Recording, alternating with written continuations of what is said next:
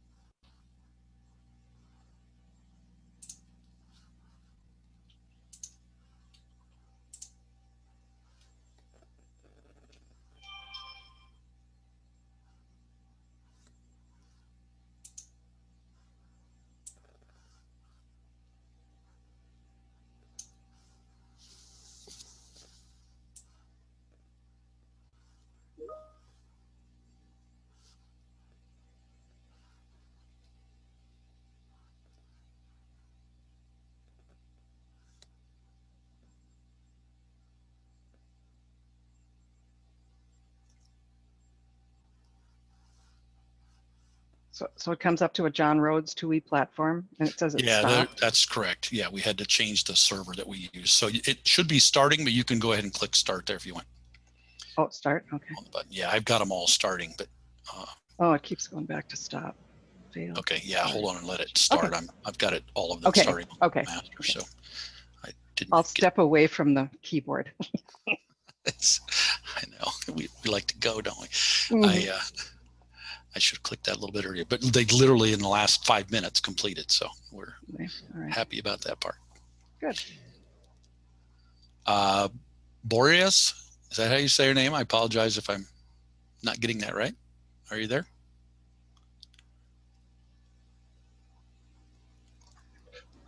Hi, how are you? Hi, good, welcome.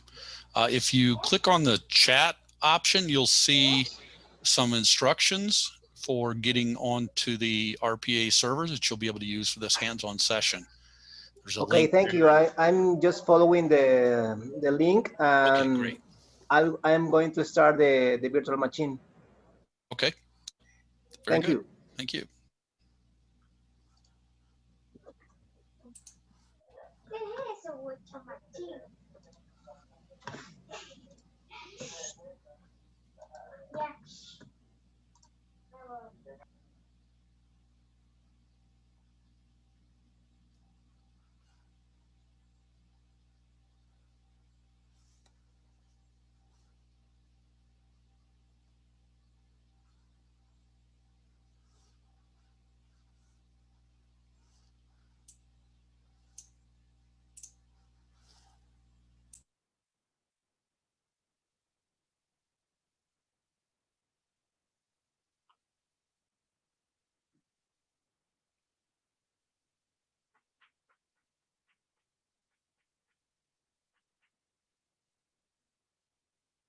Oh, it says it's running.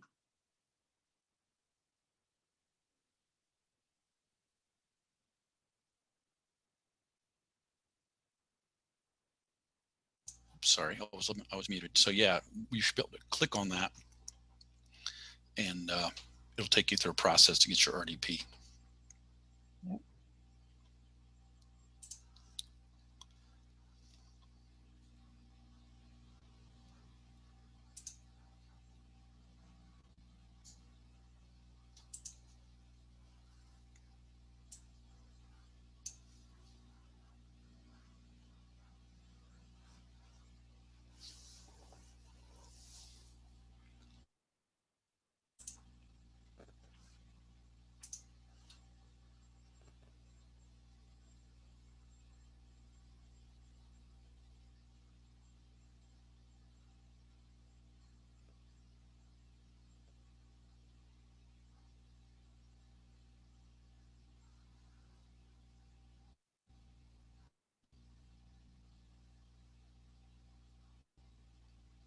Brilliant.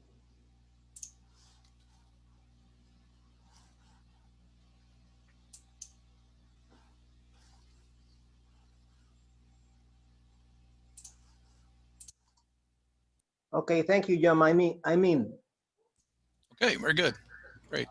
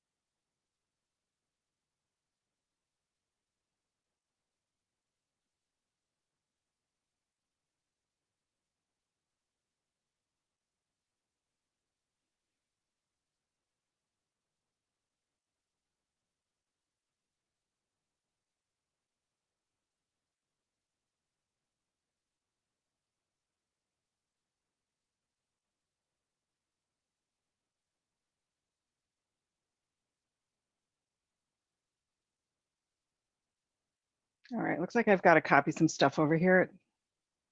It's on now, but give me just a second and I'll get that done.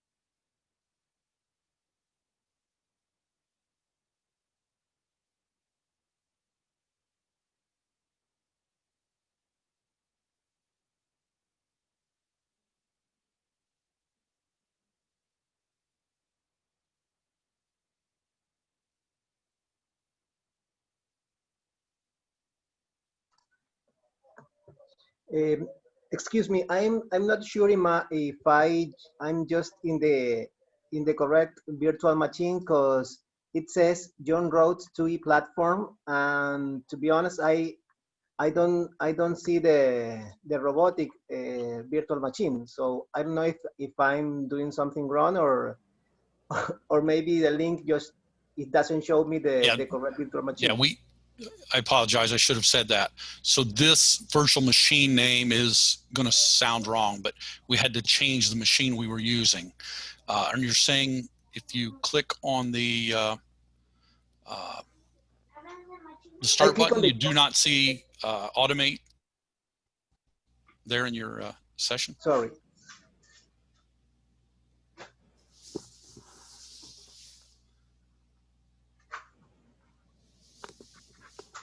In my virtual machines, it says John Rhodes 2E platforms, and I Right. have another one because it's the other session labs that I have. It's a brand that's not Surplex web automation, but I don't see the robotic one.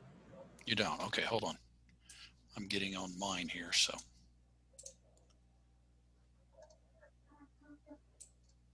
and welcome, Rob and Kai. If you look at the chat, you'll see some instructions for getting on your lab server. If you'll walk through that. Can you repost that? Because if I came in late, the chat's not. Okay, good point. I didn't think of that.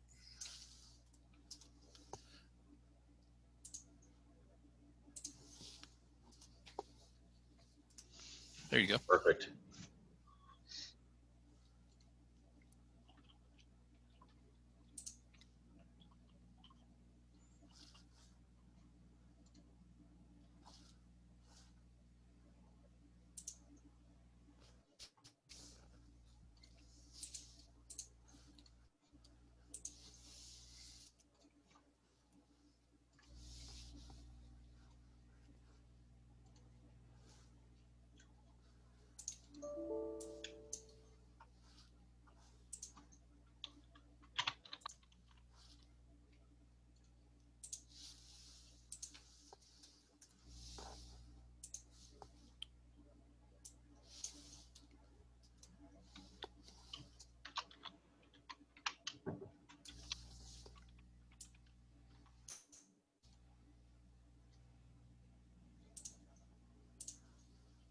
Oh, CM Tech is blocked. CM Tech is blocked. Where are you saying? Yeah, so like, because when I'm launching, when I clicked on the link, it had a Microsoft sign in. Yes, you do have to sign in. You do have Right. to have a Microsoft sign in. Okay. Oh, I'm signing in with my own. Yeah, you're just signing in with your own. If you have one, Oh, great. okay. You can just do that. It just needs to know who you are so it can assign a server to you. Perfect. That's fine. Yep. Okay. Okay, that's really messed up. Let's try this again. All right, I was able to sign in. It's Kai here. However, the only virtual machine I see is John Rhodes 2E platform migration. Yes, that's correct. So Oh, okay. that we had to change the one we used, and that was one that actually we found out was not going to be used. So we had problems last night with Microsoft Azure. So we changed, and this is going to have the wrong name, but it should have Automate on there. We just loaded it earlier this morning, and should have Excel and Chrome. So I'm actually working to get onto mine. I have to use a remote machine to get in, so taking me a little bit of time here. All right. Perfect. Gives us time. Yeah.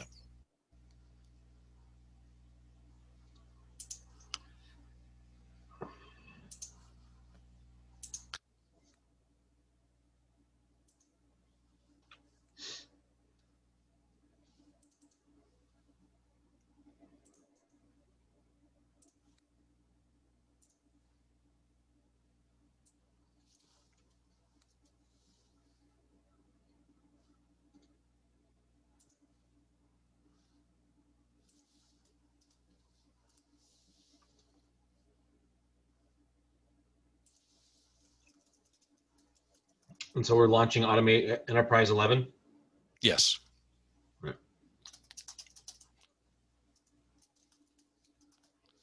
And Pat will be walking you through that. So I assume you just started up. Is that right, Pat? Yep, you can just start it up, and then when everybody's in and ready, we'll get going. I can like share my screen here and stuff, Yeah. right? Just like normal. Should be able to do that. That's right. Because I've got Actually, just I may a couple of need PowerPoint slides, I think. co-host. Hold on, let me do that. Oh, okay.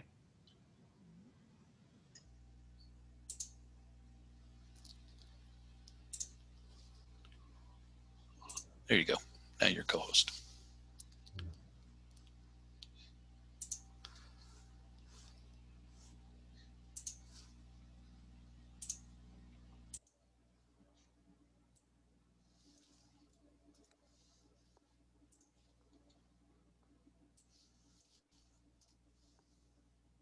All right, perfect.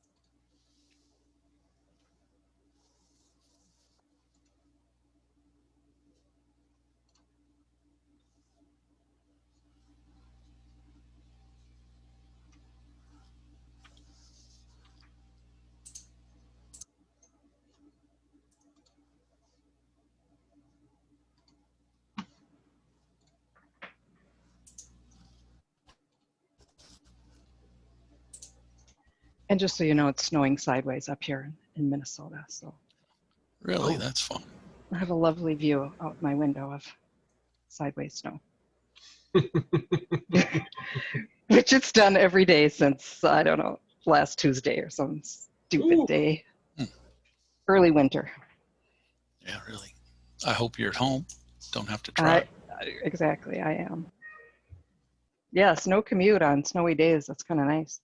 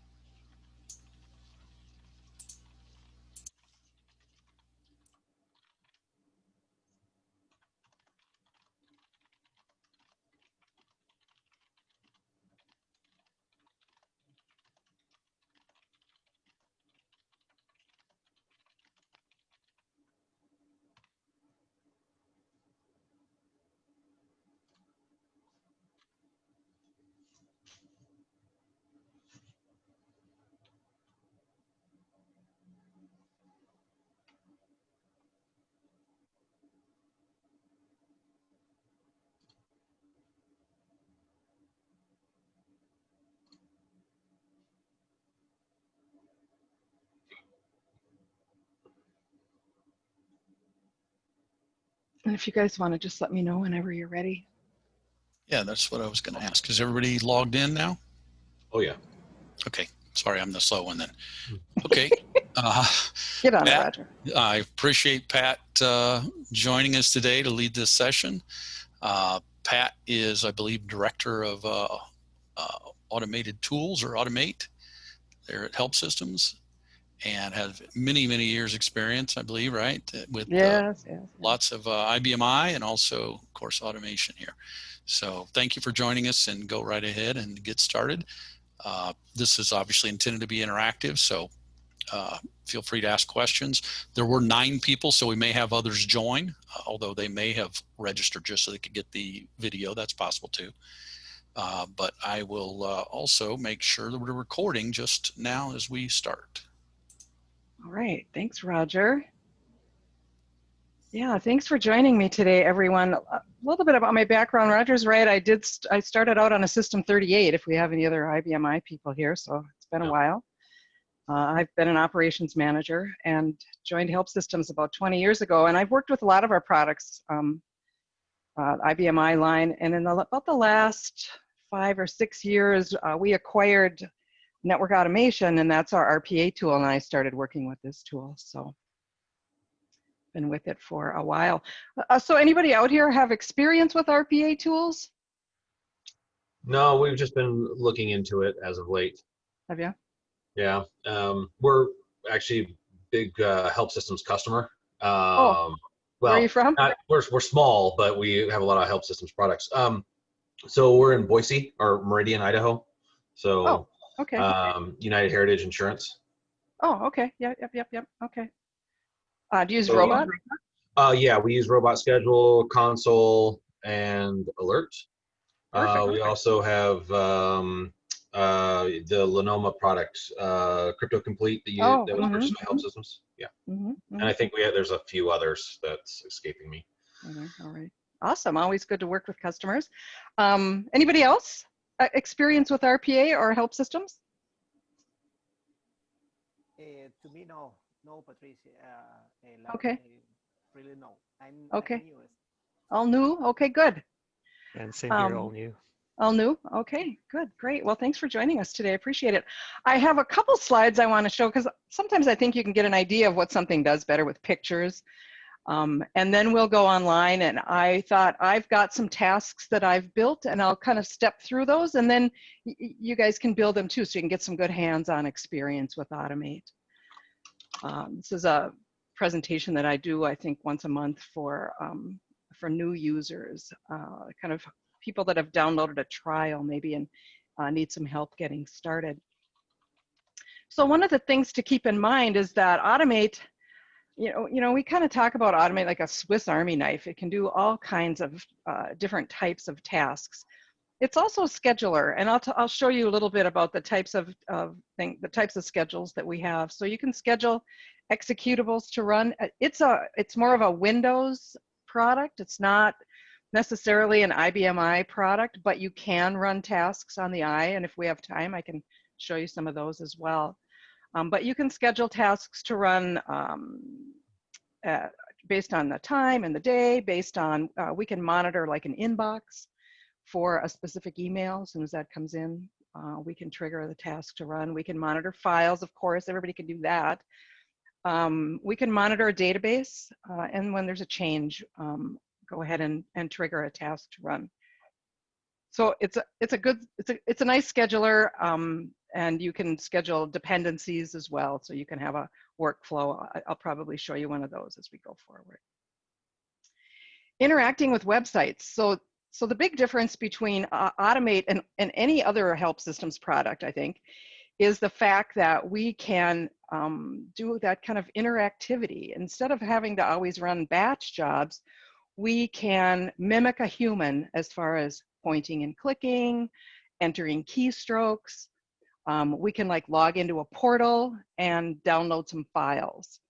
So any kind of interactivity, any kind of tasks that a human is doing now, Automate can probably do that and automate that for you and take that so that people don't have to do those kind of mundane tasks that are boring. We can offload that to a robot or a bot, we kind of call those, and then let that happen in the background, and then the users can get on with more strategic work. Windows application. So if your application has a browser as a UI, we can integrate with that. If it's got like a client that's installed on a workstation, we can automate that too. We do have a lot of customers that use it with Excel, reformatting at the end of the month, combining Excel spreadsheets. And I do have an example we'll build today with Excel. Generating reports. That is a task that so many of our customers use Automate for, so that you don't have to. What Automate is to me, it's really a great integrator of applications. So instead of having to write complex and expensive interfaces between two applications, you can use Automate to get the data from a source, wherever that may be, if it's on the eye, or if it's in a database, or if it's on a website, and we can transform that data if you need to, reformat it, and then send it over to the new target. So, and generating reports is a great use of Automate. Like I said, we can read and write to and from databases as well, and process incoming email. So if you've got anybody that's kind of monitoring a website or an inbox for a specific message to come in, Automate can do that for you. And then a couple things about how we define what is it that we can automate. One of the things that happens with customers when they start using Automate is they get kind of overwhelmed with, where do I start? There just seems to be so many things that you can do. Where do I start? And so one thing to do is, what does the human do now? Take a look at a process that somebody's doing and document it with just an outline. These are the steps that I perform when I run this report every month. So it could be just an outline or some type of a bulleted list, but we'll need to know what that human is doing right now. And then take a look at that process and see, is it fairly consistent, and is it predictable and repeatable? It doesn't have to be exactly the same way every time. It can change. Automate is smart enough to be able to use variables to change values depending on the day of the week, time of the month, etc. But is it pretty predictable, and is it repeatable? And if that's the case, then Automate, it's a good candidate for automation. We're going to take a look at Automate and building tasks. So these are just a couple of the screens. This is the task builder that we'll use today to build a couple of tasks. So the way that it's laid out, and this is kind of the foundation of everything Automate. Over here on the left side of the screen, you've got a lot of different actions that we've pre-built. Are you working with email? Are you working with Excel? Exchange, we can use Automate to do FTP. So we've got a lot of those built-in kind of pre-built actions, and we'll take a look at those live in just a second. And what Automate does is you take and drag and drop this into this work area here, where you can see I've got a number of different steps. This is doing an FTP, and it'll open up a template for you.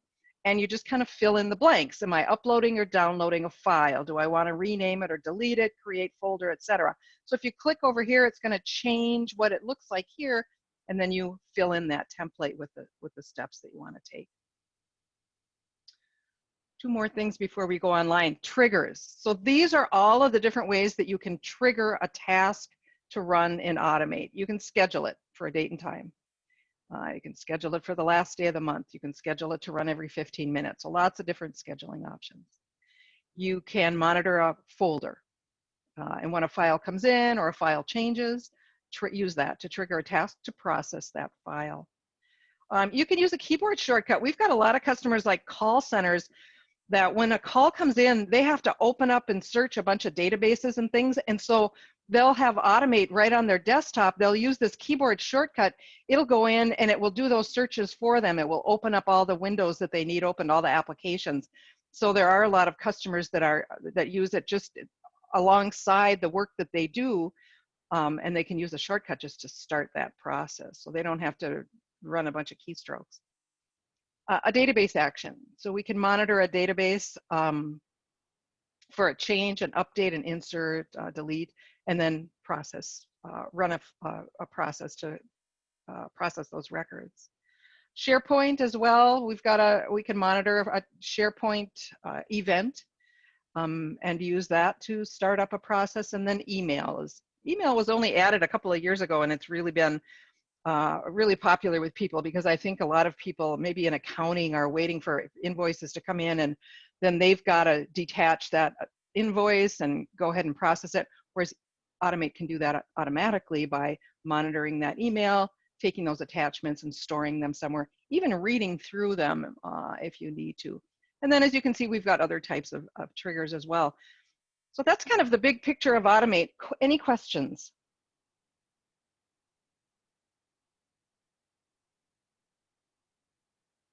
All right.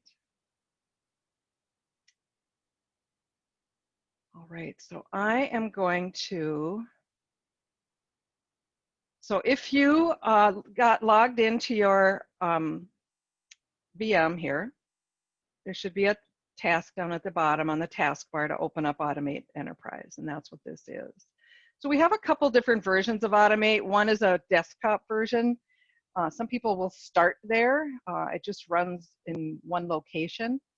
Or our enterprise version, you can have multiple agents. So you can centrally manage all of your automation bits, and then you can execute them across your whole enterprise on different servers, wherever they need to execute.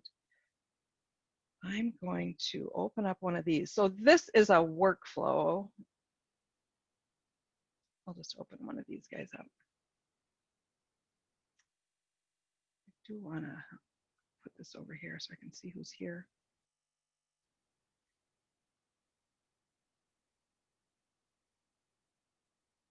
I'm just going to open this up just to show you what you can do with these little tasks that you've got, that you build.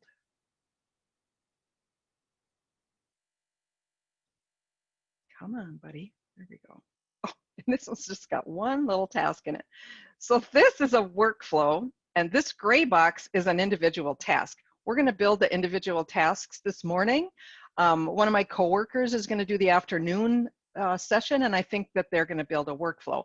But I just wanted to show you kind of the ease that you can build these objects. So here I've got a task that goes and gets files and then adds the current date to the file names. Kind of very simple, kind of a file management type of a task. Over here, we've got a lot of objects that we can use and attach to that task. So let's say I want this to run every day at a certain time. I just take this object over here for the schedule, drag it into that work area and open it up, and then I build in the schedule. What day and what time do I want it to run? So I can have it run every day. It'll default to now, and I can say, you know, start tomorrow at, you know, whatever time. I'll just leave the time the same. And then it will, so I'll update that. And then I just take this connector here. You can see you've got your control for your workflows. And I just take that and I connect it to that. So this is my new schedule, and this will trigger on every day at that certain time.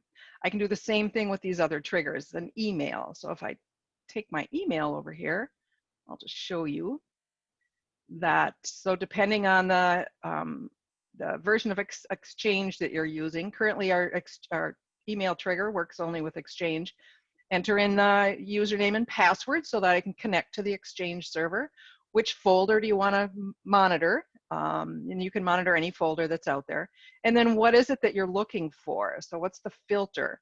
And the filter can be anything that's part of that email, who it's from. I want to capture all the emails from a certain sender, who it's to, some string in the subject line or the body or the attachment. So all of the different objects that are associated with that email can be used to trigger a task. So if the subject line contains a certain string, I'm going to grab that. Okay. So the same thing with any of those, I would just attach that to my task. Same thing with the database action, the keyboard action, etc. So everything is kind of drag and drop within Automate. So let's look at some tasks. Now, if I guess before I leave here, one of the other things, so these are all the controls that I can use you'll notice down here I've got another tab that says repository.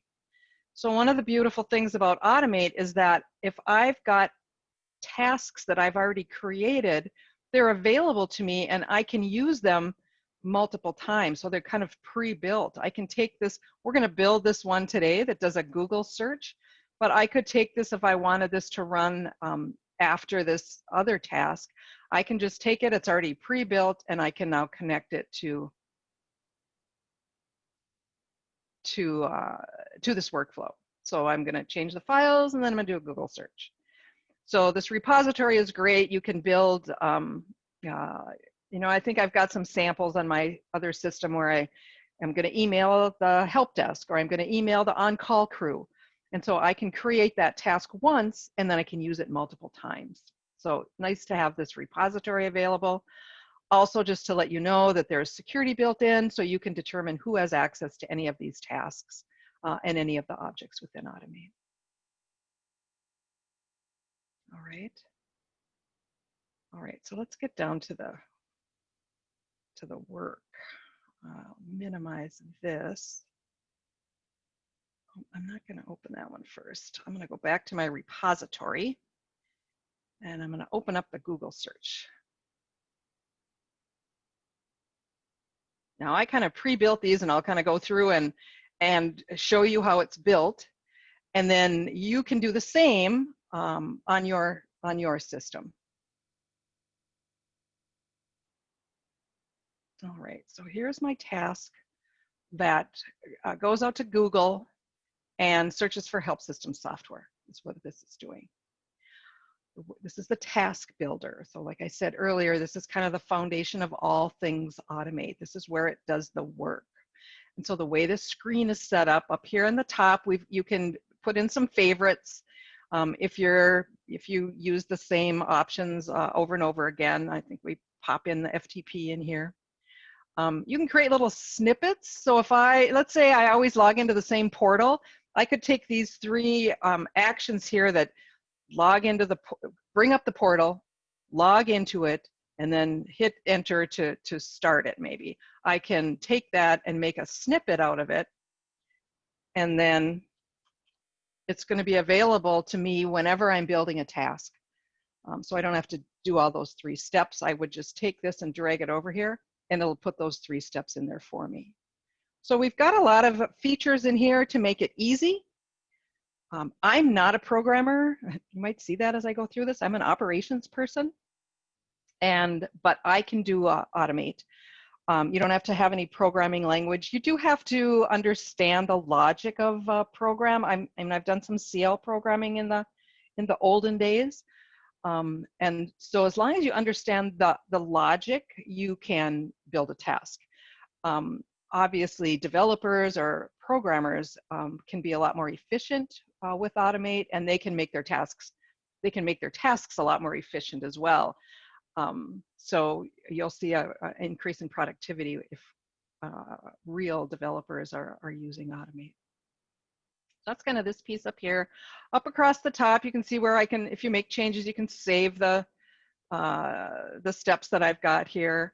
I can use this to run the whole task, or I can step through it one at a time, or I can run just certain pieces or start from here. And these are great when you're building a task and you're testing. And you know, a couple things. I want to make sure I've got the right data if I'm going out to a spreadsheet or to a SQL server.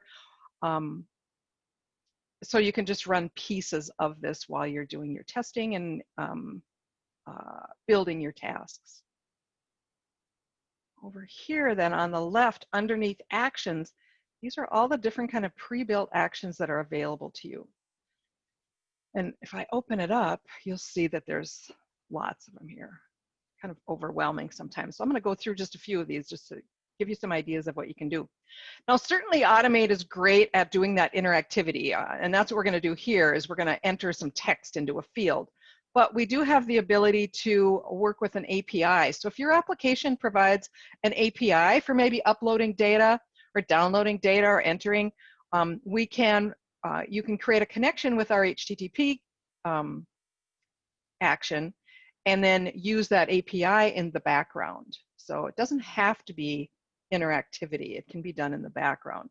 So HTTP typically for a REST API, web service would be for a SOAP API. And so you can use either of those to access your applications as well. And we really recommend using that if it's possible. They're usually a lot quicker. They run a lot faster than pointing and clicking and looking for objects on the screen if you can do it in the background with an API. I'll just open this up and then go through a couple other things. We do have a direct link to Active Directory. So if you want to use that, if you want to automate the process for adding new employees, onboarding new employees, we can create users with Active Directory. You can change that user, add different parameters to that object, modify a group, add a user to a group, for example. So you can create a task that will go through and manage your Active Directory. Lots of customers using it for onboarding and offboarding new employees. And so what you could do is you can use this to create your employee in Active Directory, and then you can enroll them in a green screen application if you have. I can use it to run commands over on the IBMI, or I can use it to enroll them in my ERP system or my HR system. So whatever type of an application those users need to be enrolled in, Automate can automate those tasks. We can work with a bunch of cloud applications, Azure as well as Amazon, and you can manage that environment. This is our database action, so you can use this to connect to any type of a database. I've got an example on my other one that I connect to DB2. So as long as you've got a provider that's correct, I don't think that's one's on here, you can use that to connect to any database. And then once I've got that connection, I can run a query. So I could put the query statements right in here and run that query, or I can run a stored procedure from here as well. So we can certainly use that for reporting, a lot to generate reports from a database. Email, so we can use this to, again, get email, so I can get messages from an inbox. In this case, we can work with different protocols in addition to Exchange. I can use it to send messages, so I could read in the email addresses from a spreadsheet or a database, then send out those messages kind of in a batch mode and spam people. You know how we're all pretty good at spamming our customers now and then. So we've got the email action. The Excel action, so many customers use it for managing Excel, and we're going to do a little Excel task today. So you can use it to update workbooks. I can read Excel, so I can get cells. I can read individual cells or a range of cells. Automate is smart enough to know how many columns and rows there are, so it can read in that correct information. And then I can also use it to write to a spreadsheet. Or if you've got a macro-enabled spreadsheet, we can run those macros too. So lots of people using it for Excel. Just for file management, if people are copying and pasting files from one folder to another, or you want to delete files, I could set up a task that would delete files that were maybe newer than or older than a certain time. So you can use this for cleanup as well. We can also read files and then based on the value inside of a file, do something, create folders. So lots of customers, again, using it for just file management. Anybody that's moving files from one place to another, Automate can do that. We do have an FTP action. It's certainly not as powerful as Go Anywhere if we've got some Lenoma customers here. It is not an FTP server, but it's an FTP client. So you can use it for uploading and downloading files. And we do, support various flavors of secure FTP. So we do have customers that use it for FTP. We'll take a look at, so this is our interactivity action. This is used to move the mouse to an object on the screen, read the screen and get text. And we're going to create a couple different tasks a task that does this. So we'll use this, press a button, etc. And then before I get into that, reading PDF files or reading any kind of images, we can read just specific spots on a PDF file or an image, and then write that data out to a spreadsheet or to a database or wherever that data needs to go. So if you have anybody that's kind of managing PDF files or images, Automate would be a good solution for that. Quick question on that one, on Uh-huh. the PDFs. So are you looking for a specific like location on a PDF, or is it a case of where you are, is there like are you accessing the PDF in and of itself and like looking for field names? In this case, we're looking for a location. Okay. Okay, so we're looking for that region.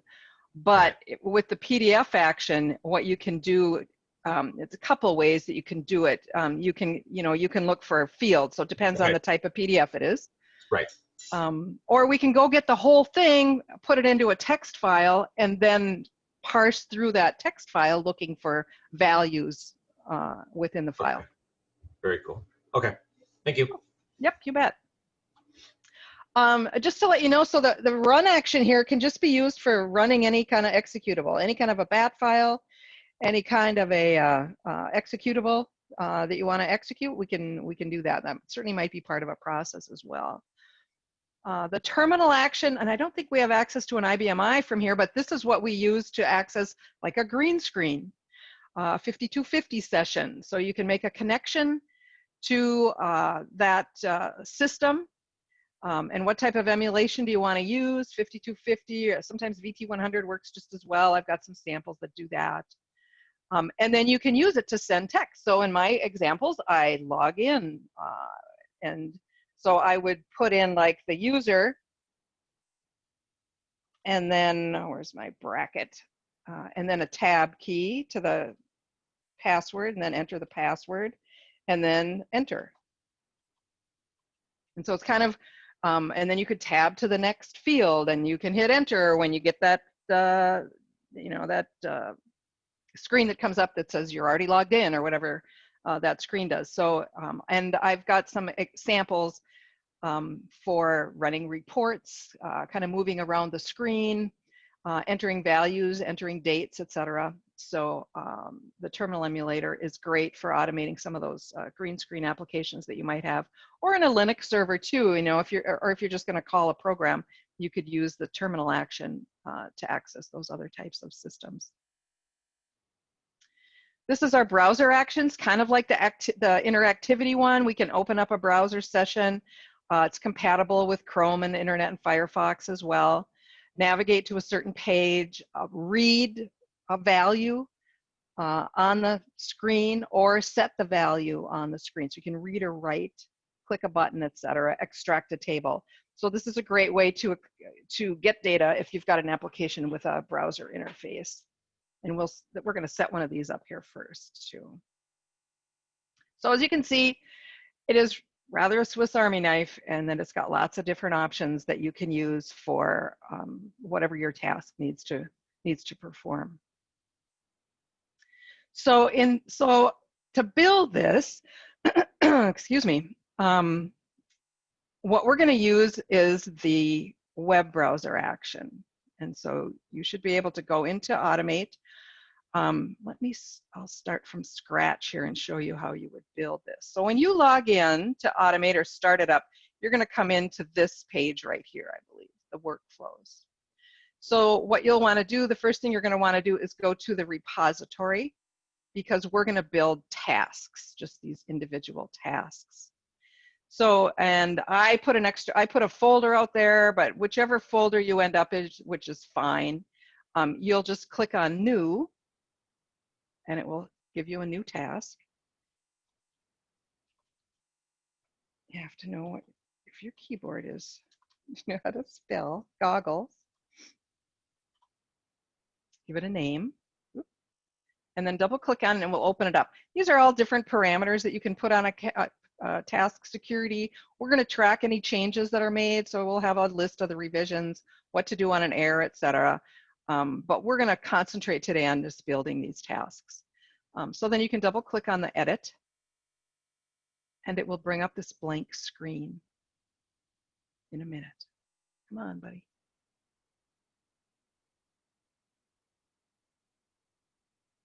I'll kind of go through and set this up, and then I'll start talking, and you can get to work. So you'll have a blank screen to build this task. So a couple ways. So we can find the task here, or you can go down to the search in the bottom, and I would just like type in web, and it will bring up any of the actions that have web in the title. And so the first thing we're going to do is we're going to just take this web browser, drag it over here to the work area, and it'll default here to open. We'll use Google because sometimes the Explorer gives us a bunch of those messages. So let's use Chrome. And then we can just enter, where do we want to go? Google.com. So I'll okay that. If I want to see if this is going to work, I can just click up here on run, and it should start up the Google in Chrome.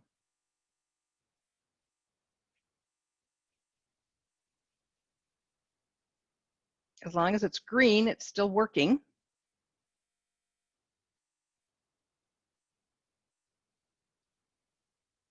Come on. Maybe I had to put the W's in there. Oh no, there it goes. It took a minute. So here it started up Google. So what we'll want to do is when you're building is you'll want to leave this open, because we're going to use it to tell this task what to do next. So this turned blue. When it's green, it's active. You can see down here, we've got a log of what it's doing. And the next thing that we're going to do is we're going to enter some text here in the search bar.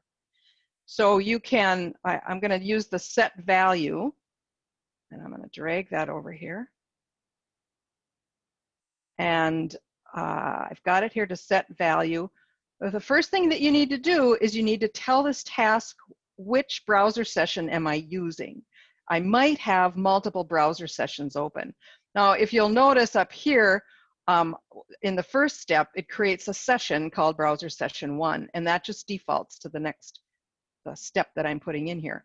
So you take this magnifying glass and you drag it, so hold your mouse button down and drag it till it finds, see the green outline around my browser session? As soon as that turns green, you can let go of the mouse. And what Automate does is it pulls in the URL. It also, it's going to light up this click. So now I know which browser session that I'm using, but now I need to pinpoint the element. So I need to find this search bar here. So you just click on the pointer, and then in this browser session, it's going to highlight any of the objects that are available here. And what I want to do is I want to get that blue outline around this search window. As soon as that happens, then I can click again. And what it will do is it will find that element. So here it located it by the name of the element. You can see it found a bunch of other attributes of that, but we don't need that in order to find it. It knows that we just have the one element here. And then the action that we're going to do is I'm going to enter some text in here. And so I'm going to enter software, okay, and click OK. So I will run that again. So we open up the URL and create this browser session that we're then going to use going forward. So if I run these guys again,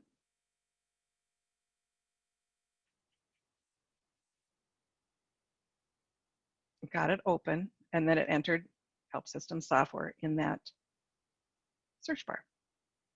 So now what I have to do is I'm going to find this button here.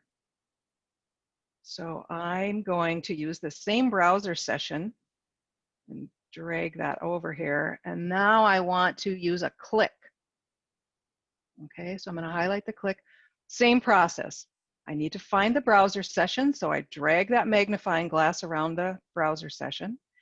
And then I need to find the button. So I need to just click here on the pointer. And then it will find the options here. As soon as it highlights my button, I'll click. And when I come back to this task, it will have found, you can see here, there's other attributes, but I don't really need those. I have enough information that it found what it needed. And the interaction that I'm going to use here is I'm just going to do a single click. And I might want to wait till the page is ready for input. So I would put that on there. We don't want to start clicking till it's ready. So let's run this guy. I'm going to save this just for the fun of it. And I'll run this one more time.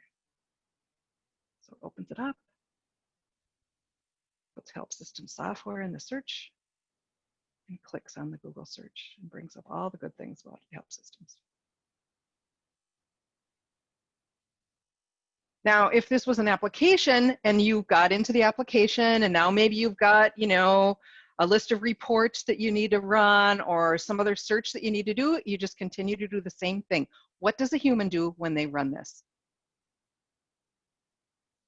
All right, so I will stop talking and why don't you go in and try to create this.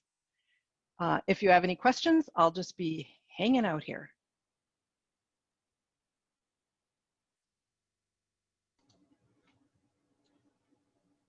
So the first thing that I'm seeing is the workflow.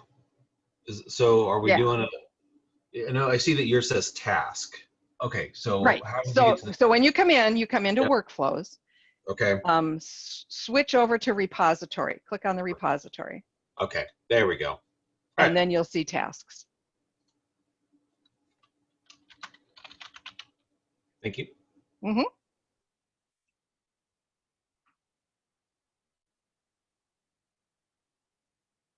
Yep, and then you can just click new.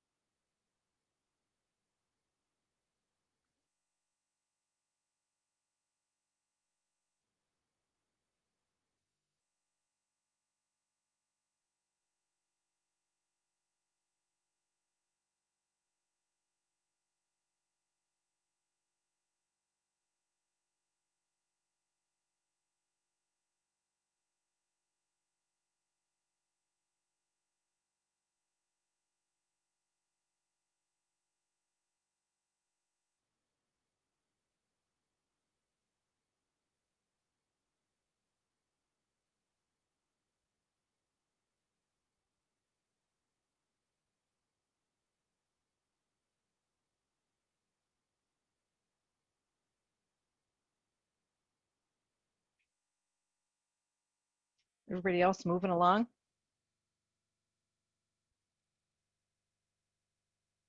You're all on mute. So you can unmute and let me know. Yes, worked out well here, thanks. Oh, good, okay. Yes, I'm doing it too. Awesome. Patricia, I'm doing too. Good.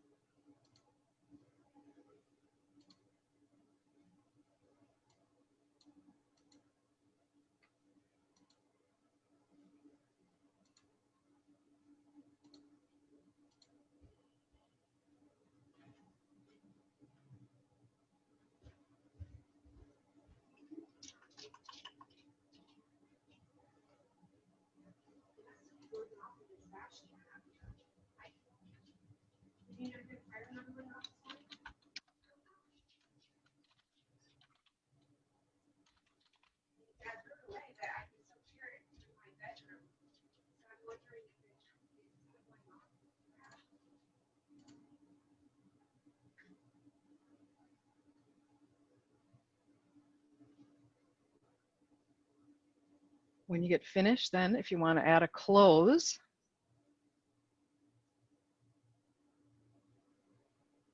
that will close out that session when it's done.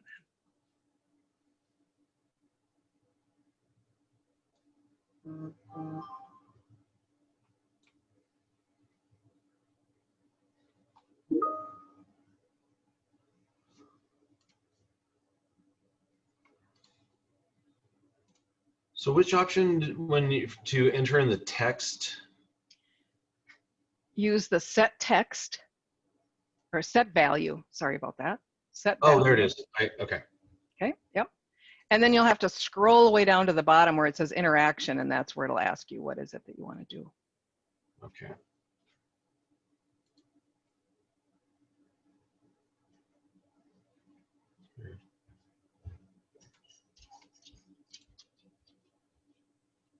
It's weird.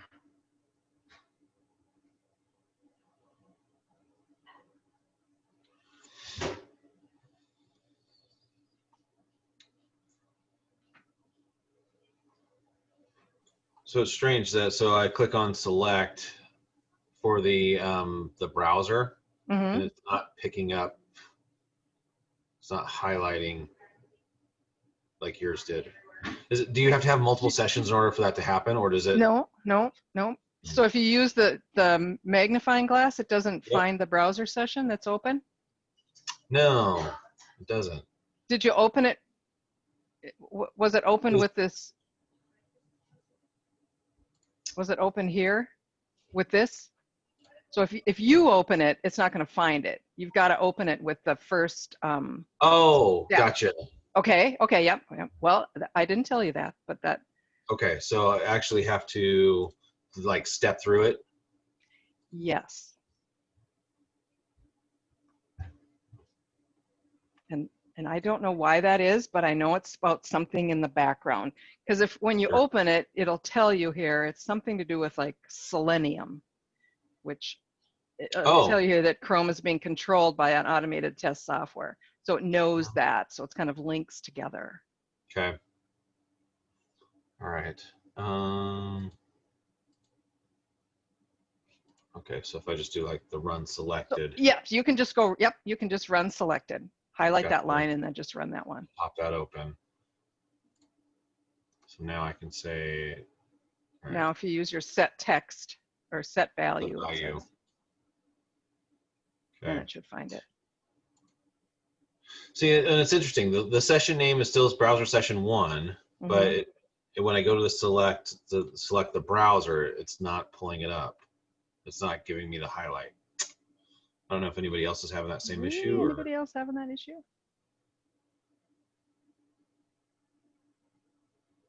Sorry, could you say it again? So when you're doing the set value tab, and you go to select, is it showing or allowing you to select the browser? So does it? It doesn't highlight it in green? Yeah, it looks like it is online. Yes. Okay. Yeah, it worked over here too, but I did notice that the same thing that you actually did, Patricia, when you went back into the set text activity, you had to select the browser all over again. It didn't seem to match to the fact that it was a Chrome browser at a certain URL. It went back to Internet Explorer and blank. Yes, it does. But once you find it, then it knows. But if you're going to edit and just change the text, then you got to do that all over again, it seems. Yeah. Here, again, it's defaulted to blanks. Right. So you've got to find it. Okay. And then you've got to find the field. Oh, that's weird. Now, having said that, when I did the close, it didn't actually do that. It just took the browser session 1. So. Right. The close doesn't. Every other step. You're right. Yep. Okay. Yep. So when you go into it, this is what the defaults are. But as soon as you find that session, then it will put the right data in there. So is there a reason why the close activity doesn't need to identify the window and it just knows, whereas the other ones do? That is a good question, and I don't know the answer. Because I wouldn't want it doesn't know what the session is.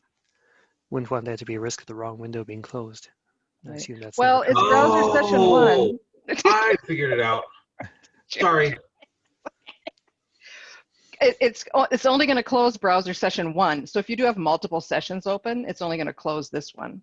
I don't know why it doesn't need to know the location. You have to click and hold the mouse button. Oh, sorry. Yeah, you got to kind of drag it over. Okay. Oh, sorry. I missed that part. Sorry. All right. No, just. And then, so you drag and hold the the magnifying glass to find it. You just click Right. on the pointer. Right. And you can. Great. Well, thank you.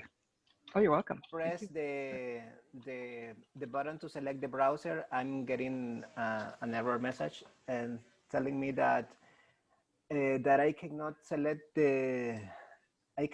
I unable to connect to the browser. Make sure the browser was launched from Automate by Web Browser Action, and it was launched, but Automate Browser Action. So it doesn't let me to select.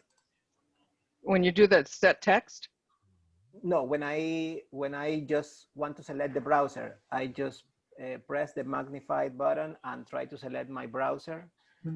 When I release the button, when I release the click, it tells me that I cannot, unable to connect to the browser. Is it? Okay. You have to open the browser with this open action. You can't just have a browser open. Ah, okay. Okay. Because that's how it kind of connects from one to the other, because then it uses this browser session from there on. So yes, so use this first session to open it, and you can just run that one step if you want to, run selected, and have it open, and then it will be able to find it. Okay, run selected. Okay.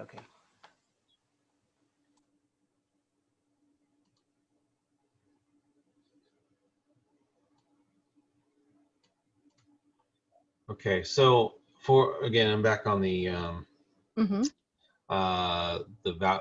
changing the text. So to identify that we're updating that particular field, the search bar, the locate by HTML tag is by default selected. Is that what we want? Yeah, whatever. Yeah, it'll default in there what it is. So if so to do the set value, find the session. Right, did that.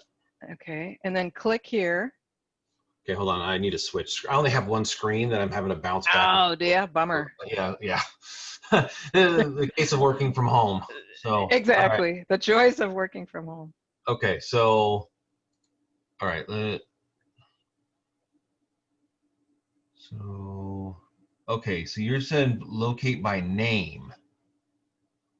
You're not using you're not using locate by HTML tag. No, so because Automate just selected that automatically. Oh, so really? When I clicked here, it clicked this box and it put the name in there. It also put in the HTML tag, and it also used this, but you don't need to use all of those. This obviously is enough then to find it on the screen. So can you go back up? So to that. So now that click right there, is that like a click and drag or? No, it's just a click. I don't know why they did that, but so this one is a click and drag, and this other one is a click, and then click on the object. There it goes. Okay, so it was strange. All right, and it might be because of I guess how I'm running things. All right, I think it's starting to click for me. Okay. Well, it's your first one, so. Yeah, that's true. But I can see how it would be, again, once you kind of get familiar with it. Right, yeah. Yeah, I mean, obviously the value is there. It's just the, the interface and getting used to how things go. Yep, getting used, exactly. Yep, exactly. Once you get on a roll. Right.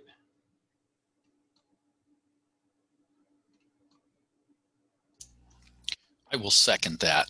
Just, as you get into using the tool, just with any tool, right? You stop thinking about how to use the tool and you start thinking about what do I want to accomplish. So that definitely happens pretty quickly, really.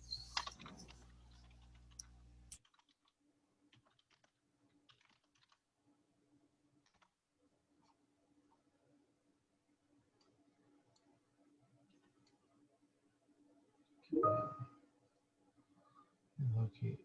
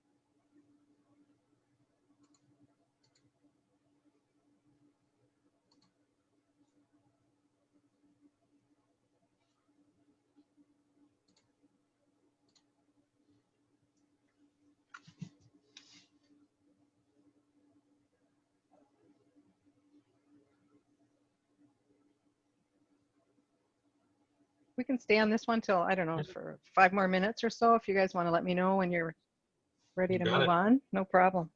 I got it. So. Did you get it? Yep. It's all good. Yay! Yeah. That's just pretty slick. It really is. Yeah, because it's like you kind of, I mean, you're going to take the time to get it down once, but then it's always there, and you just kind of can run it over and over. Over and over. Yep, exactly. Right. It takes a while to build it, and some of them are pretty complicated. You know, these are the easy peasy ones. But once it's built, you just let it run whenever it needs to, and it can run 24/7, and you know, you're not waiting on somebody.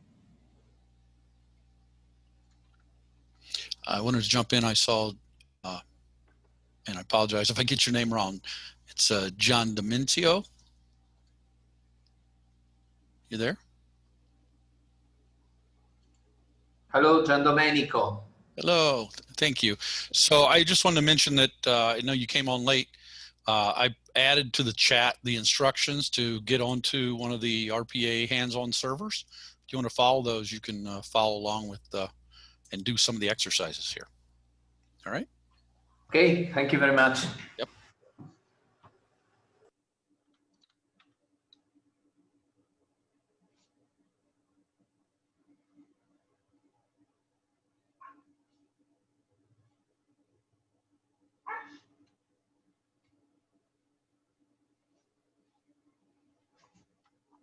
Kai and Boris, do you have any questions? Nope, it was nice and easy. Thanks. Is it working? Oh, good. All right. Thank you. I was just taking the ground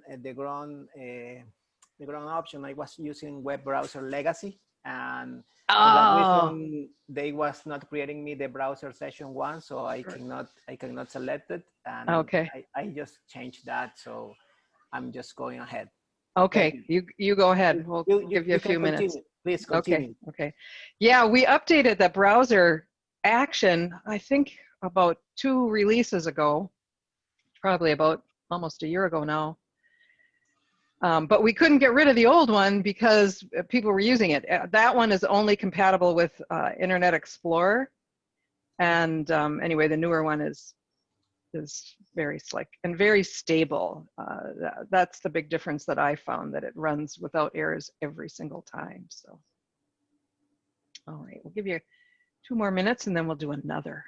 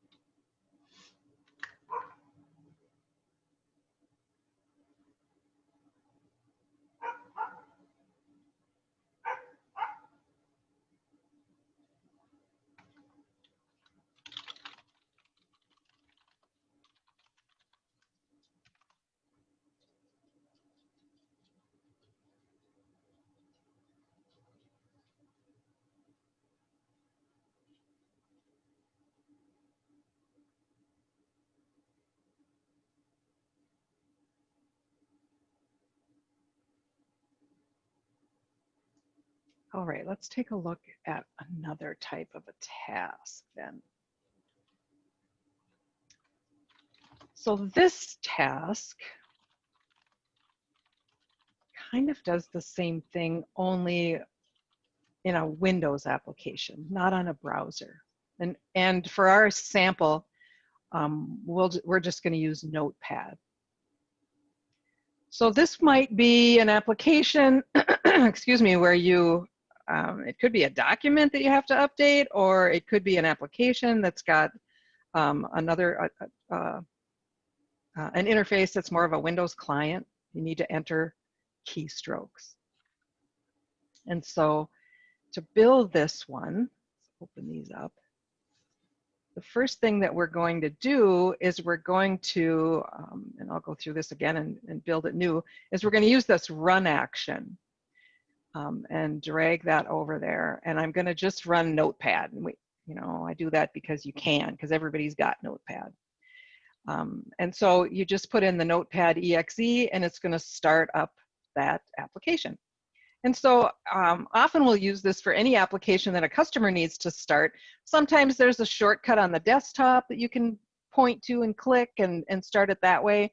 Or you can just run whatever. You can usually find where the executable is in the properties and just run that. And so this just starts up Notepad. One of the other things that I want to do then is with this one, especially because it runs pretty quickly, I'm going to search for a weight. So if I put in the weight, you can see we've got lots of different weights out there. I'll pull this over here. Now, sometimes Automate can get ahead of itself and it'll start typing in keystrokes before the application is really open. And so a couple things that you can do. So you can always wait for a duration for a certain number of seconds, but sometimes that's not efficient. Maybe it takes a long time for this application to open up. I don't want to have to depend on this, this duration. So we've got an option here for a window. So what you can do is you can wait for a window to open. And actually, I will start this Notepad up. So we've got my window. And this kind of works the same way. So here's my wait. So I'm waiting for a window, same type of deal. What window are you waiting for? So once it's open, I can take this select and highlight the window that I want. So I'm going to wait for the Notepad to open. It'll pull in the title. It'll also pull in this handle. Sometimes you need to use that. And what is it that you want to do? I want to wait for the window to open. Maybe I want to wait for it to gain focus to get to the front of the screen. So often when you're building these tasks, sometimes you got to play a little bit with these types of options for so that you get so it doesn't start typing certainly before the window is really open and ready to accept some input. Different types of engines too. So depending on what application it is. Usually if you can use this, send it, I guess it defaulted to active, but we can look for auto too. So I'm just going to start up Notepad and then I'm going to wait for that window to be open. Then the next thing I'm going to do is I'm going to send some keystrokes to it. So I'll get rid of my little wait down here. And I think it's inside here. So we have an input option. What is it that I'm going to send to this application? And so I can send some keystrokes. If I pull that over here, I'm going to send keystrokes. What is it that I'm going to send? So I'll just show you in this case here. So in this case, I'm sending keystrokes. And you have a couple options here. I can paste them in or I can simulate somebody typing them in. One way or the other. What is it that I'm going to send? And you can also send special keystrokes if you want to. So if I click on that, it's going to give me all the function keys that I've got out there. So if you need to press enter, you can do that, or tab, you can just select that. And I think I've got an enter on this other one. Movement keys, sometimes you got to use the arrow keys to move up and down on the screen, depending on where something is. If I pull down like a drop-down list, where do I want to go in that list? So you can use a number of these special keystrokes. You can just type in what it is that you want to send. And then in this case, then I'm also sending a couple of enter keys. 4 of them, I guess, 3 and a 1. So if I select this and I do another enter, it'll put it in the brackets for me so I don't have to do any formatting at this point. I'll save that. And then I just put this weight in here so people can see it. Otherwise it will keep pasting stuff in, but you wouldn't have to put a weight in here. I just put it in here to slow it down a little bit. And then the next piece is I'm going to paste, just an example of pasting in characters. So I put the characters in here, and then I want to do a paste instead of simulating the keystrokes. And then I have another weight in here just for fun. And then I just close it up. And so I'm going to close that window. And so that, you know, anything that's got a magnifying glass in here, what is it that you're going to close? And I would highlight the notepad window that I want to close. And I don't know what, oh, this has to do with, do I want to save it or not? I'm sure. So I'll have a button here. So a button will pop up. Let's run it through here. I'll run these pieces. So there you can see it entered those keystrokes, put in my enter keys, paste it in the text. Now I'm going to close it, and I get this dialog box that says, do you want to save it or do you not want to save it? And so I've got to handle that as well. And so I can use the interactivity. So I'm kind of going between the input option here and the interactivity down here. And so I want to press the button. And so I can use the magnifying glass, and I am not going to save this. So I want it to, it highlighted this in red because I can't, there's nothing I can press there, but I can highlight the don't save, and then it will capture that. This looks a little bit different than the web browser action. This is more interactivity, so this is more Windows-y stuff. And so it captures all of those parameters. And we also capture the X and Y coordinates, but typically we don't need to use those because we're capturing the properties of the object. So if it moves on the screen, it's still going to work. It's not going to fail. So now if I close this and I'll run this task, opens it up, types it in, puts in my enter keys.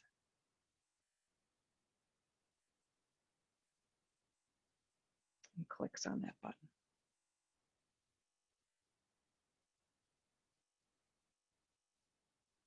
All right, so I will keep this open. So to create this one, stay here in the repository, and then wherever you come in here, I've got this little getting started one. Click up here in the left-hand corner to click new. And this will be like whatever you want to name it. Create that new task, and then double click on it to edit it, and it'll come up with the properties screen. And then double click on it to actually create the new task.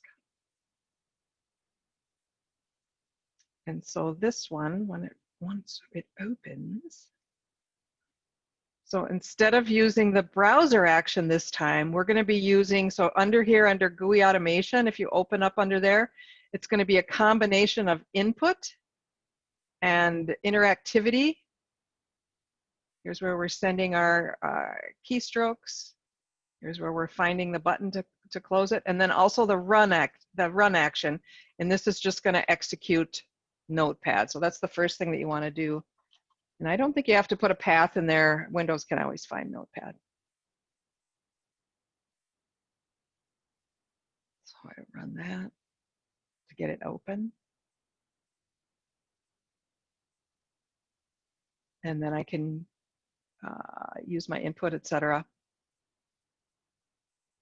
All right.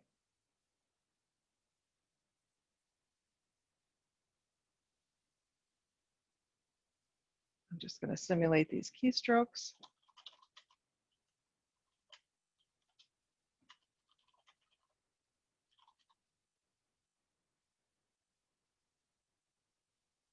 I'll save that one. I'll do it again. Just to put in my enter keys, I just split it out just for fun. So if you want to put in multiple enter keys, you can just put the number within the brackets. And then I'm going to send some more keystrokes. This time I'm going to paste them just for fun.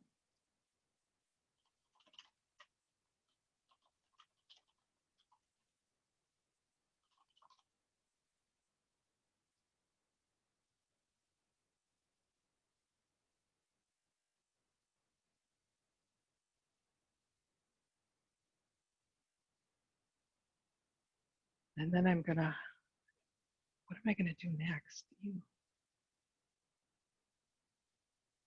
Oh, I'm going to close the window. Sorry.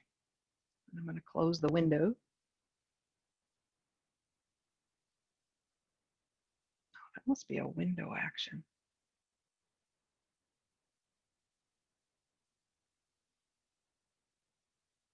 Yep.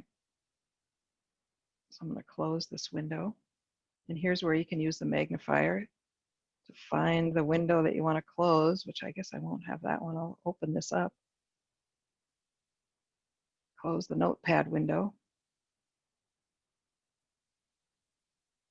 And it will find that. And then the last one is using interactivity to click on that button. So I've got to actually close it.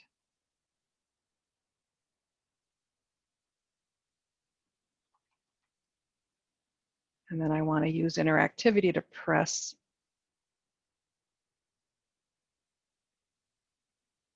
and use the magnifier to find the don't save. There we go.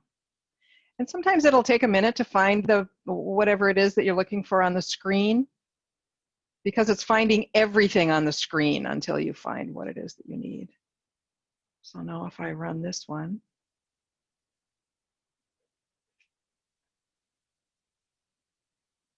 there we go. All right, so if you guys want to build that one, and if you have any questions about any step, I'll be hanging out here, ready to answer.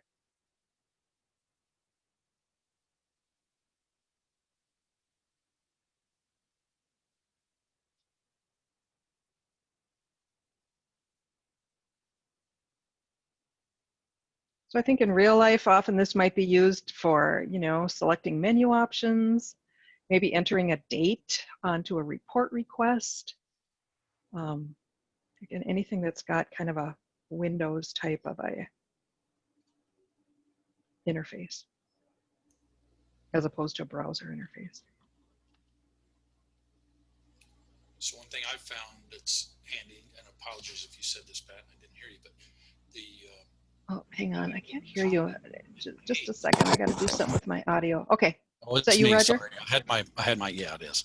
I said I apologize if you already said this, but I think one thing that's helped me a lot is just being able to select copy and paste these. Something I've already used and I'm ready to use it again. I'll just copy it from above and paste it, and then open it and change parameters. Absolutely. So quick. You can copy any line and paste it in. The other thing to keep in mind too are adding some documentation. I'm terrible at that, but you can add comments in here anywhere to let other people know what it is that you're doing with this task.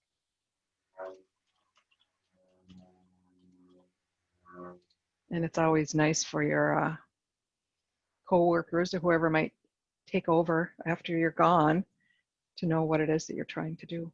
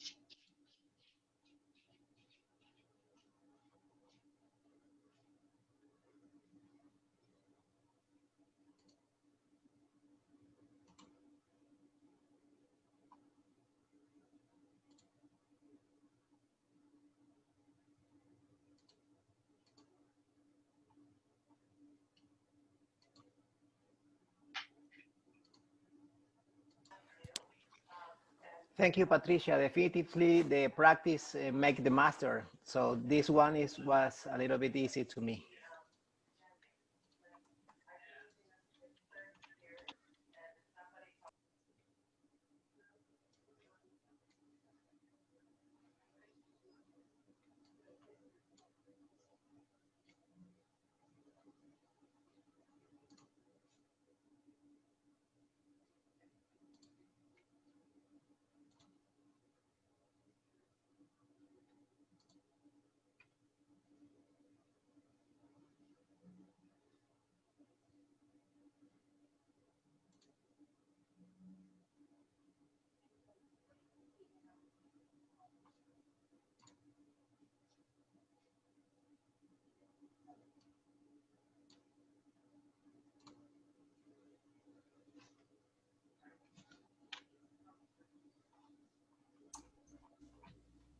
It does continue to get a little easier, doesn't it?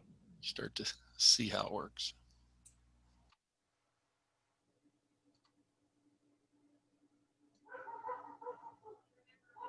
Yeah, and I think the thing that I found is once you get into it, a lot of them are built kind of the same way.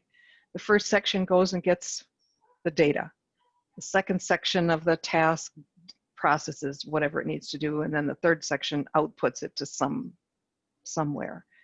And so I see that a lot working with customers. That's what it's doing. It's getting data, processing it, sending it out to as the output somewhere.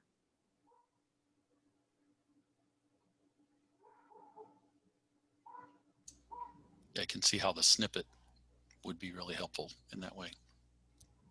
Yeah, it is definitely. And then even like these frequent ones or recent, you know, if you're using the same one over and over, it's easy to find them up here and just pull them into the task.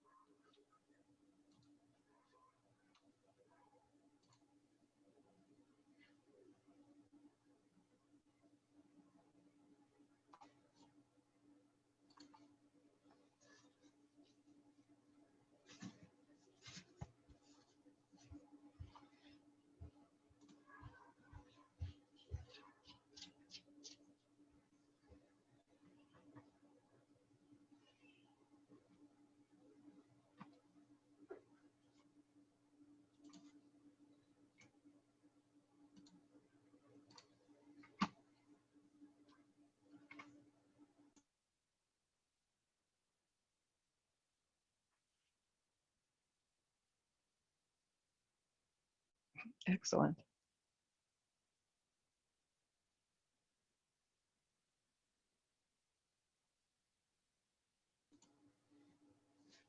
Yeah, that's pretty slick. Yeah, it's funny is and the I was just kind of doing like copying and pasting for like the keystrokes, and I had tried to type in the enter 3, but I had it on the paste, and it's like, oh, it just pasted enter 3. Oh, and then it just pasted So, it in, right? yeah. So the keystrokes, it actually makes sense. You have to be set as keystrokes. So Right. so you don't paste keystrokes. So Pasted in the enter 3. That's perfect. Yeah. Excellent. Anybody else? I got one more.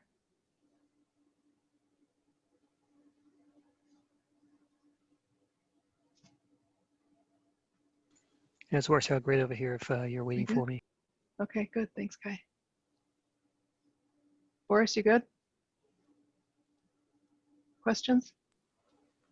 Nope. Thank you. I just finished the task, and like I told you, every time that you repeat it is a little bit easier.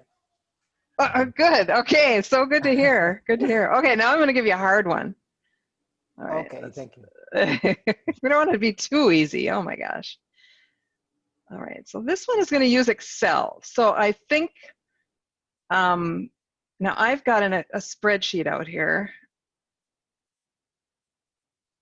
So before we get into the task, why don't you each create you should have this shortcut here on your desktop. Oh, what? Okay.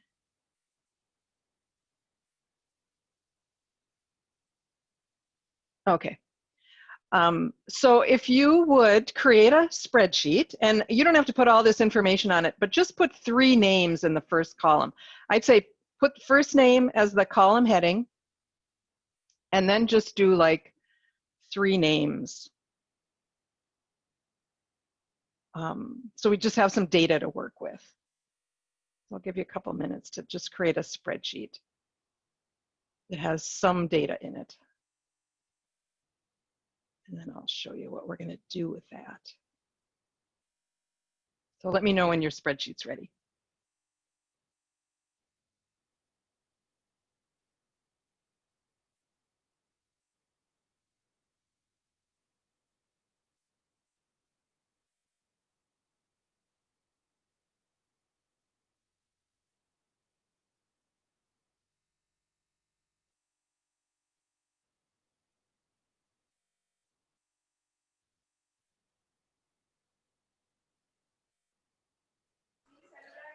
Do we have to use a particular pattern in the workbook, or can you show us your spreadsheet? Yep. Please. Sure.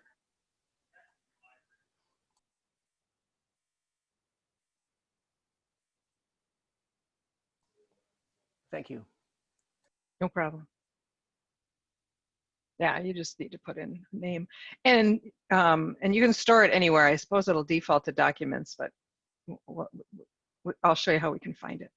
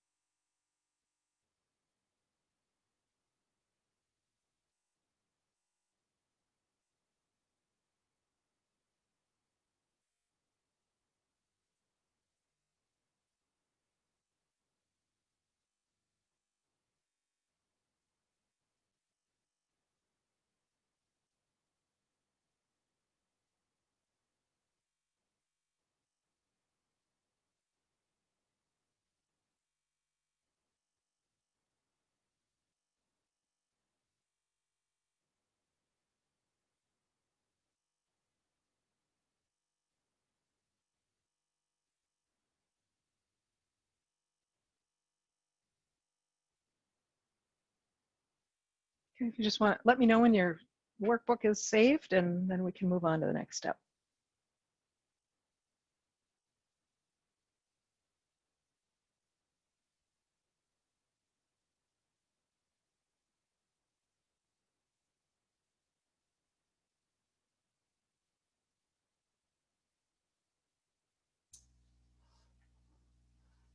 I'm finished. Okay, Just letting you know. thanks.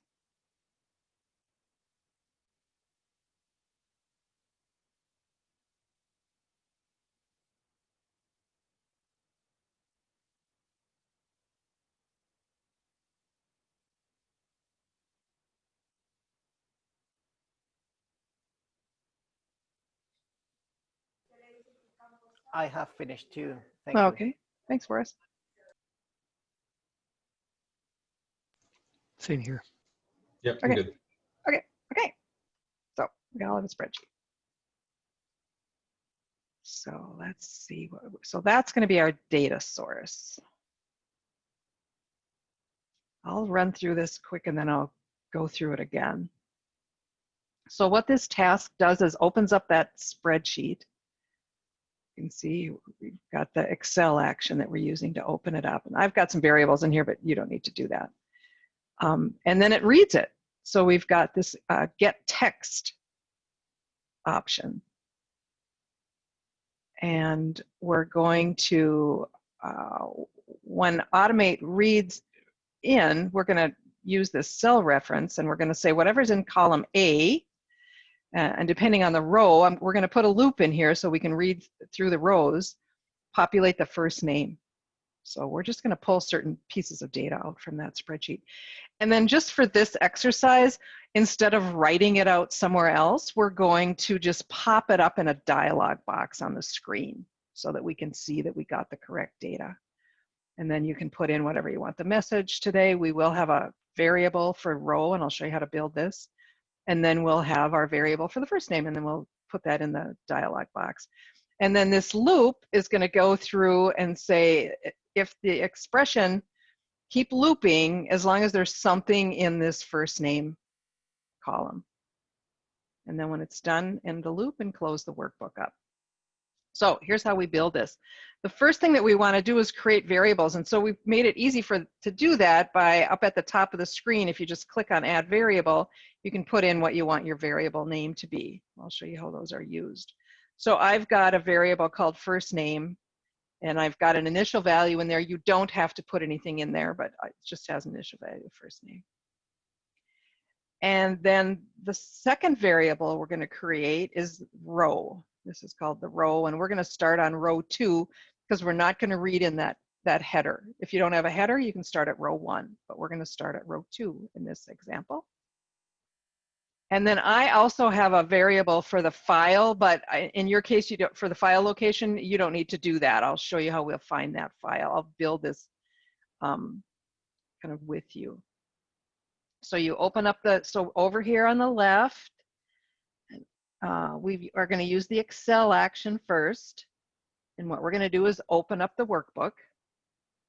And in this case, when you want to open it, so instead of creating a variable like I have here, you can just use this folder. And you can say, where is the workbook? And so I've got mine stored here. And so I would just select it. Yours is probably in documents, but you can find it. And we'll just use the qualified name. You can also have Excel be invisible. I don't in this case, but in real life and like in production, there's no need to have, if you're going through and reading a bunch of spreadsheets and reformatting them, they can be done behind the scenes. So they don't have to be done on the desktop, which is nice to leave that desktop for other work maybe, but it can be invisible, but we'll leave it here to pop up. So we use open the workbook up, and then we're going to get cells is the action that we're going to use. And so when we drag that over there, we're going to use the get cells, and it will, so just like when it creates a browser session, it creates an Excel session. That's one of the parameters here on the open, and it creates Excel session 1. And you certainly might have multiple sessions in an Excel if you've got 2 workbooks that you're maybe writing back and forth from. But going forward, then it'll just reference that session. So you don't have to have the file name in here constantly. And I'm going to use this, get the cell by the reference. And what I want to do with it is I want to populate that value. So I created the variable for first name. Now I've got a drop-down list of all the variables in this task, and I'm going to populate the first name variable with the value that's in column A. So here's my reference is column A. And any field where there's a % sign, if you click on that, it will give you a list of the variables that you have to use out there. And I'm going to use A, and I'm going to put the row in here. And if I go ahead and say insert, and I did it twice, let me clean that up a little bit. So I'm going to use column A, and then I'm going to hit this % sign, and I'm going to double click on the row to bring it up to the top. And then if I click insert, it will put it in that for that reference for me. Okay. And I'm going to OK that. So does it, would you, if you wanted to get like the entire row, would you then have to go cell by cell just to map the data to the variables? You would not. Oh. You would not, because Automate is smart enough. Let me run something. If I go to get text, let me get the text for mine. And I'm going to get all the cells. For this Oh, case, okay. I'll just show you this. And I'm going to put them in a data set. Oh. And I'm going to start at A1, and I'm going to auto detect how many rows there are. And I'm going to use that first row as column names, and I'll show you what it will do if I do this. So if I just run that, Well, that's slick. And then I'll close it. It's very slick, because what it does, so I'm going to run just these three. I'm going to open up the workbook. I'm going to get all the data in it. I'm going to store it here locally, and then I'm going to close that workbook up. So if I run these guys,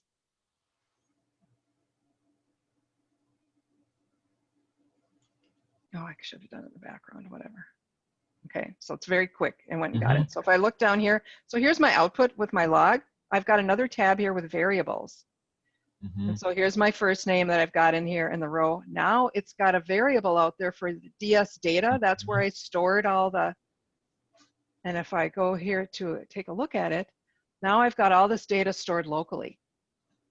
And these are all the column headings, and this is all the data. And now if I go to, let's say, display the message, and I click on this % sign over here, Automate automatically creates variables for every one of those columns and uses that column heading as the variable name. Wow. I love wows. Yeah, so yeah. That's awesome. It's very slick, very slick. Wow. Okay. Okay. All right. So you can do that for fun if you want to, but let's see. I'll put this back. Bear with me a minute. I'll just disable that and leave it in there. So we're just going to get one at a time and put it in the first name variable. And then we're going to write that out in our display. So again, what's your row number that you're at? And you can use that to find the row number. And then what I'm going to enter here is the first name. So yes, it's very slick. And then what you need to do within your loop is increment that row number by 1. So there's a variable option over here, and you can increment the variable. So it'll loop through and then end the loop. So when you drag in the loop option, if I find it, I'll put it here at the bottom. It'll bring in the loop. And then what is it that you want to loop through? And I think I am looping through, what is my loop looking at? Oh, an expression. And there's the expression again, is the first name equal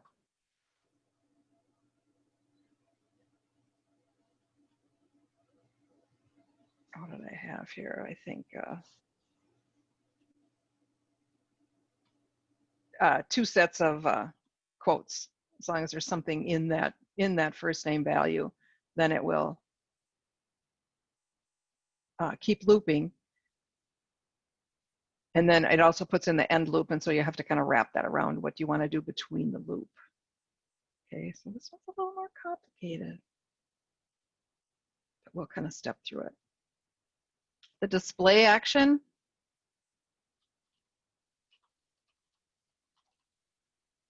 And honestly, this is just pretty much used for testing.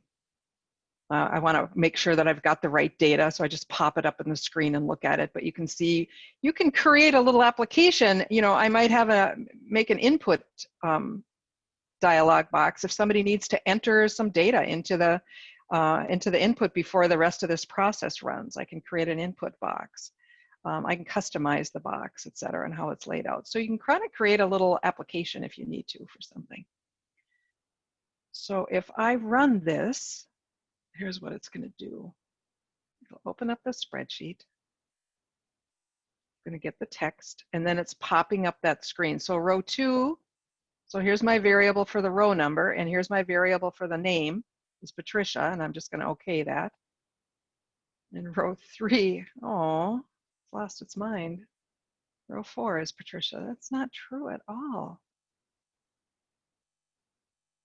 Oh, now it's lost its mind, sorry.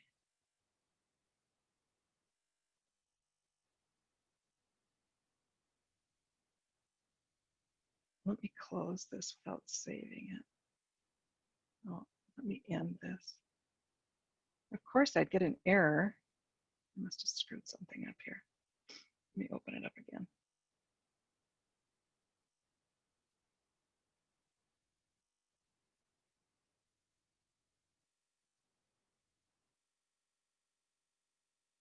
Oh, I don't know if we're gonna have time to finish.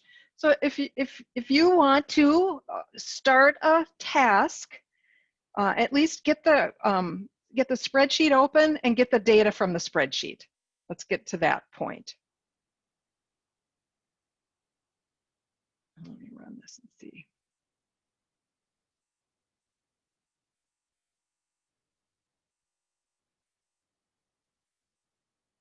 There's Anne.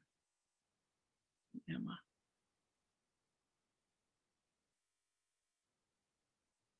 All right, so if you want to build a task, then you will want to put a first name variable.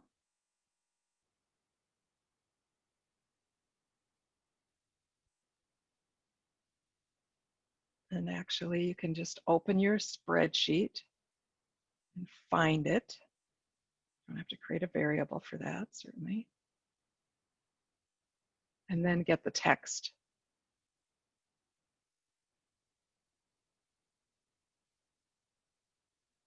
And store them.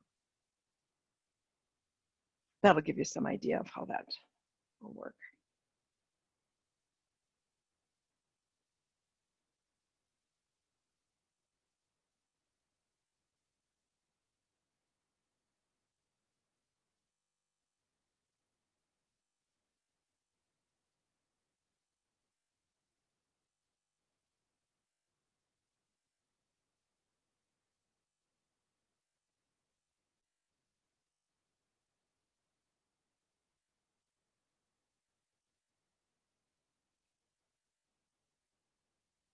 I think if you're looking for the Excel action, it's here under File, if you've got that up. Or you can always search. Sometimes search is easier.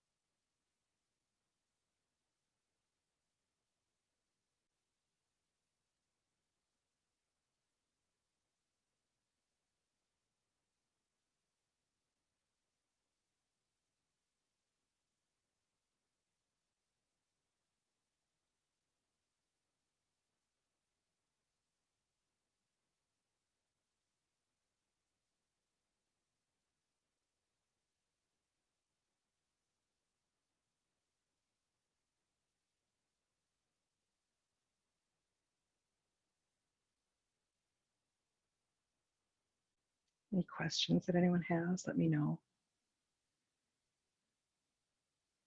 This is not as much fun as my training days back in the day, and I used to pace around the room looking at people's screens to see how they were doing. So I'll be doing that for a while.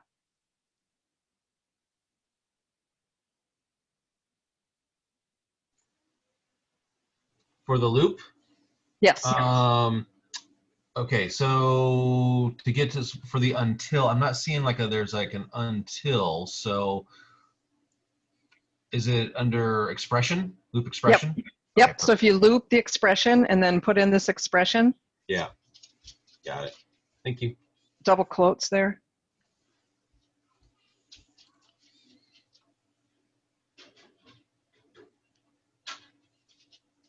So will you be leading the RPA Advanced as well? One of my colleagues is doing that this afternoon, Dario, Okay. who's brilliant. So he's Well, in that one of case, our... thank you very much for your help. It's been enlightening. Thank you. Oh, you're welcome. Good. I will mention, if you're in that session this afternoon, you can keep this same server that you're using. Perfect. The same one. Great. Thanks. Awesome. So it sounds like this is it for this session. So if you don't mind, I'll just head off a couple minutes early. Yep, And this is it. Thanks for great. joining. It was nice to meet you, Kai. Great. Same. Have a good Thank you. lunch. Yep. Thanks. Bye-bye.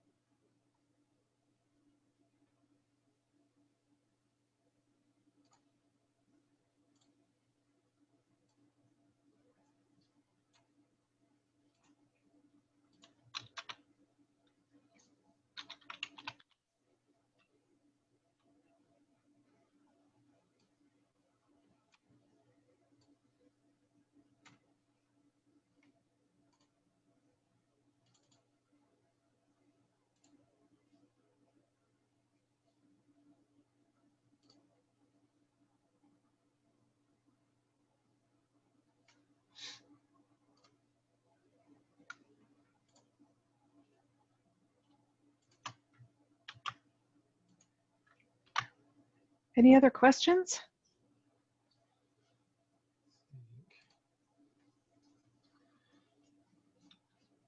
I'm just about ready to run it. So. Are ya? Awesome.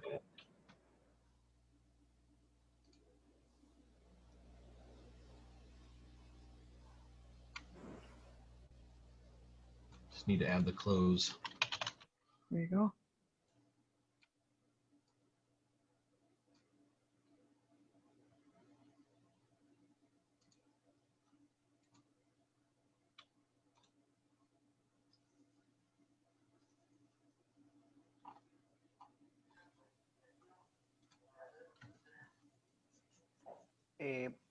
I'm getting an error, and when I declare the variable raw number, I didn't put as a type as number, but everything runs fine.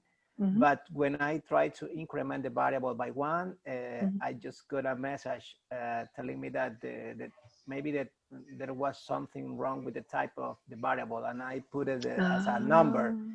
So, and after that, in the step that when I try to get the containing Excel cell, I just got a message telling me that raw number variable is not compatible type.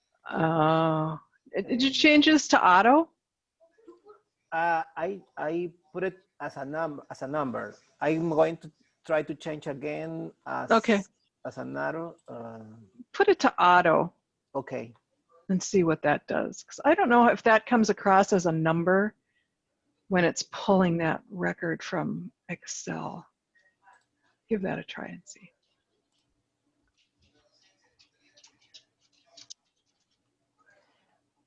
The output that it comes with when I run the script, it just clear automatically, or it's the current output, or I don't know. I don't know if these output messages are from the current run or for the last one. It should be for the current run. The current run, okay. Display, yeah. It'll kind of reset every time you run it.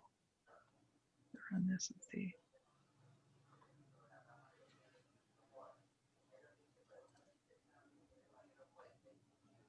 Okay, now I just got the error in the sentence that says increment value raw number by 1, and says variable raw number does not hold a number value.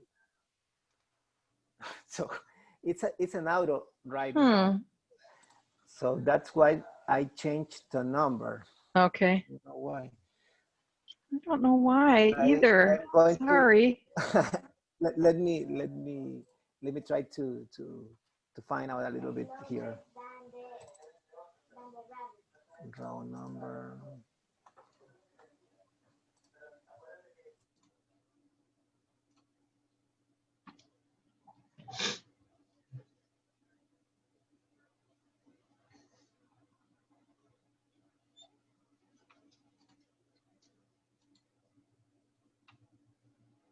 Nice background, Rob.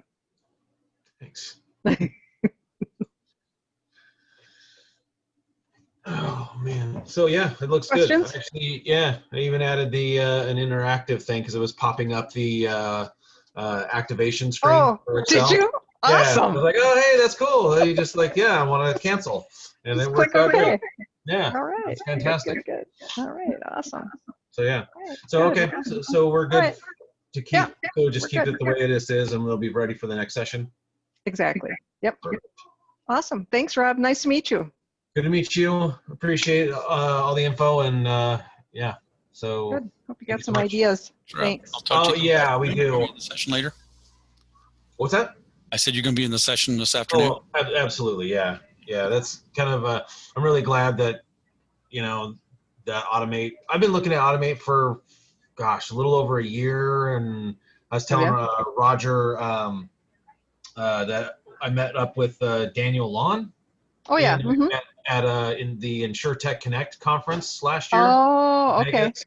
And we were chit-chatting a bit about it. And then it kind of came up more so in that we're looking at automating our building some automated testing.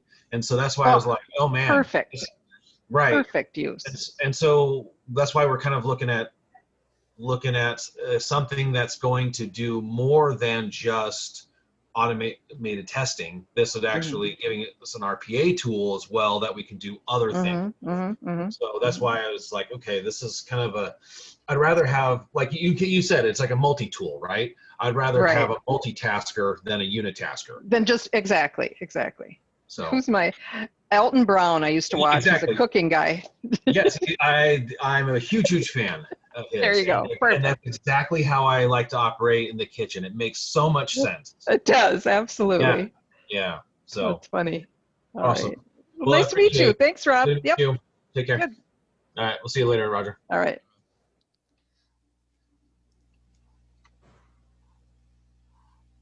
All right, Boris, you good? I'm sorry, I don't know what your error is. Okay, thank you, Patricia. No, I know. I guess that my error was that I was just populating the raw number when I just get the data from the cell, and I was populating the variable raw number instead of first name. So when he tried to increment the raw number has a text. You got confused. Sure. So that's why they get me an error. So right now it's everything fine. I'm really thank you for the knowledge that you share, and it's a really nice tool. Good. Thank you. Good to hear that. Thank you for coming. Thank you so much for everything. Thank you. All right. Thanks. Have a nice one. Have a good one. You too. Thank you. Thanks, Roger. All right. Thank you, Roger. Pat. Bye-bye. Yep. So, Pat, did you start the recording? Or did it start? No, you started must automatically. have. Okay. I think no, you it did. didn't. It actually started automatically. It was already running, I think. So oh, does fine. it? Oh, We'll okay. then. Okay. All right, cool. Thank you. Thanks, Roger. Yep. Good afternoon. See ya. Bye.